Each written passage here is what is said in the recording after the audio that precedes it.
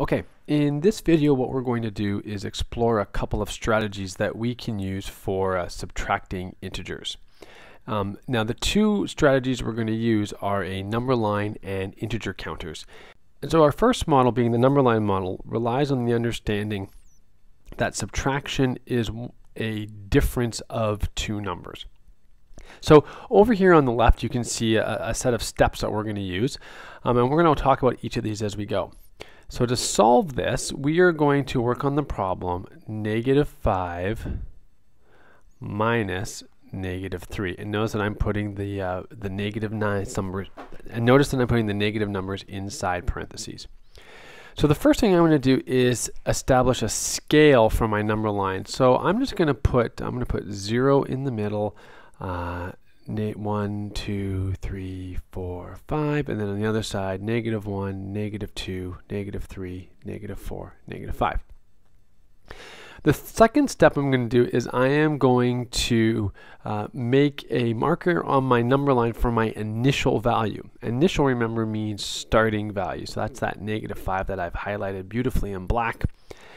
And I'm going to make a mark on my number line to match where -5 is. So right here is -5. The second value is my final value, which in this case is -3, which I've highlighted in green. So I'm going to make a marker on my number line at -3, which in this case is right over here.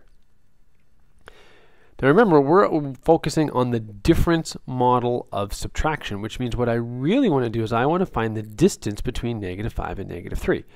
Well, the way to do this in this model is basically to draw an arrow starting at my final value, in this case -3, and going to my starting value, which is -5. And so the distance that this arrow travels is actually the difference between -5 and -3.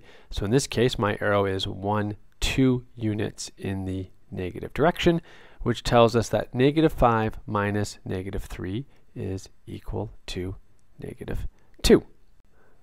So let's try that again, but this time with a different pair of numbers. So I'm going to go through the exact same process. I'm going to start with picking my number line, 0, 1, 2, 3, 4, 5, 1 to 5. And over here, same thing, -1, -2, -3, -4, -5. So there's my -5. And I'm going to highlight my initial value and my final value. In this case, remember, my problem is 4 minus -2. This time I'm writing the negative sign raised. And I'm going to highlight each of these. So I'm going to highlight my initial value, in this case in pink, 4, and I'm going to highlight my final value in green. So remember, it's kind of like saying we started at 4 and then we ended up at -2. So what I'm going to do here is I'm going to now make a mark on my number line for each of those values. So 4 is over here, and I'm just going to use pink again, and I'm going to say that's 4. And I'm just going to make a little note here, as you should as well, that this is the initial value. And I'm going to make a mark in green for my final value at -2. So here's 0, -1, -2, -2, and remember that's my final value. So once again, remember that what we're trying to do is we're trying to find the distance or the difference between 4 and -2.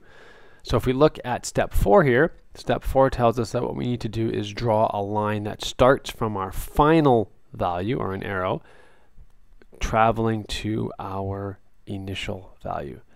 And in this case, I can see that I went 1, 2, 3, 4, 5, 6 units to the right, or 6 units in the positive direction. So that tells me that the difference between 4 and -2 is +6. So 4 minus -2 equals +6. All right. Some of you prefer to use a chipboard model, and so the difference in this case here is that in this case we're actually using what is known as the takeaway model of subtraction. So I'm just going to write that down here, that this is about the concept of taking away. So the problem that I'm going to work on in this case is -5 minus -3. I'm putting that in parentheses just to get you comfortable with both ways. And remember, so here's my chipboard. I'm going to draw my chipboard. There's my chipboard.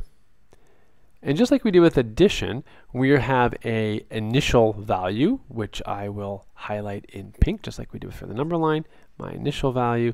And then remember, this here, this minus -3 tells me that I am taking away 3 negatives. So let's do our initial value. So our initial value is in pink, so let's make that on the board. So I'm going to do 5 negative symbols. 1, 2, 3, 4, and 5. So there's my initial value on my board, right? There's the initial value. And so what I'm going to do now, hold on, let me just write that down. Initial value. That was my first step. So now what I'm going to do is I'm actually going to do the action, or I'm going to change the board, right? By taking away 3 of the negatives. Now to show this, just like we did for the addition model, we're actually going to circle 3 of those negative values, and we're actually going to show that we're taking them away from the board. So I'm going to draw an arrow with them coming off of the board. And now the remaining chips represents the difference in this case. So my remaining chips are these 2 negatives, so I have -2. All right, so let's just quickly recap those steps. We made an initial value, of this case of -5, then we actually took away, we're going to take away some of those chips as indicated by our subtraction problem, and then the remaining chips are going to represent the actual difference in this case. So I'm just going to highlight those are my remaining chips here, and those represent my leftover, or my value, right? So those are my remaining chips. And those represent the actual difference in this case. So let's try that one more time. So in this case, we're going to same thing. We have a subtraction problem. We have 4 take away -2. And so I'm going to set up on my chipboard. There it is. And I'm going to start with my initial value. So I'll highlight that in pink again. Here's my initial value over here. So I'm going to make an initial value on my board that matches that value in my number sentence. So in that case, that's +4, or 1, 2, 3, and 4. Now here's where we're going to actually run into some problems. And you'll see over here on the steps on the side, it actually says here, you might need to be creative here with making the initial value.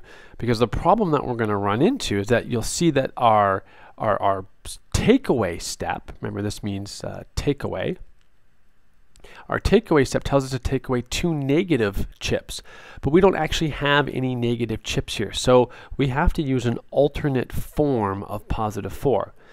So if you recall, and I'll just write this down at the bottom here in a different color, if you recall, we did some work with 0 pairs. And remember, a 0 pair is +1 and a -1. And what makes those a pair is that when you add them together, they have a value of 0. So I'm actually going to add some negative pairs to my initial setup. I'm going to add 1 negative pair here and another negative pair here. And now you can see that since these have a value of 0, my total value is still +4. But I now have some negative chips that I can take away. So let's actually do that now. I'm going to take away -2 as indicated by my instructions. So I'm going to circle those 2 negative values, and I'm going to show that they are leaving my chipboard. And I'm going to show that they're leaving my chipboard. So just like we did before, I count up the remaining tiles, and we highlighted those in yellow, so do the same here. My remaining chips are all over here. And I can see that I have 1, 2, 3, 4, 5, 6 remaining positive chips. So that tells me that 4 minus negative 2, or 4 take away negative 2 is equal to positive 6.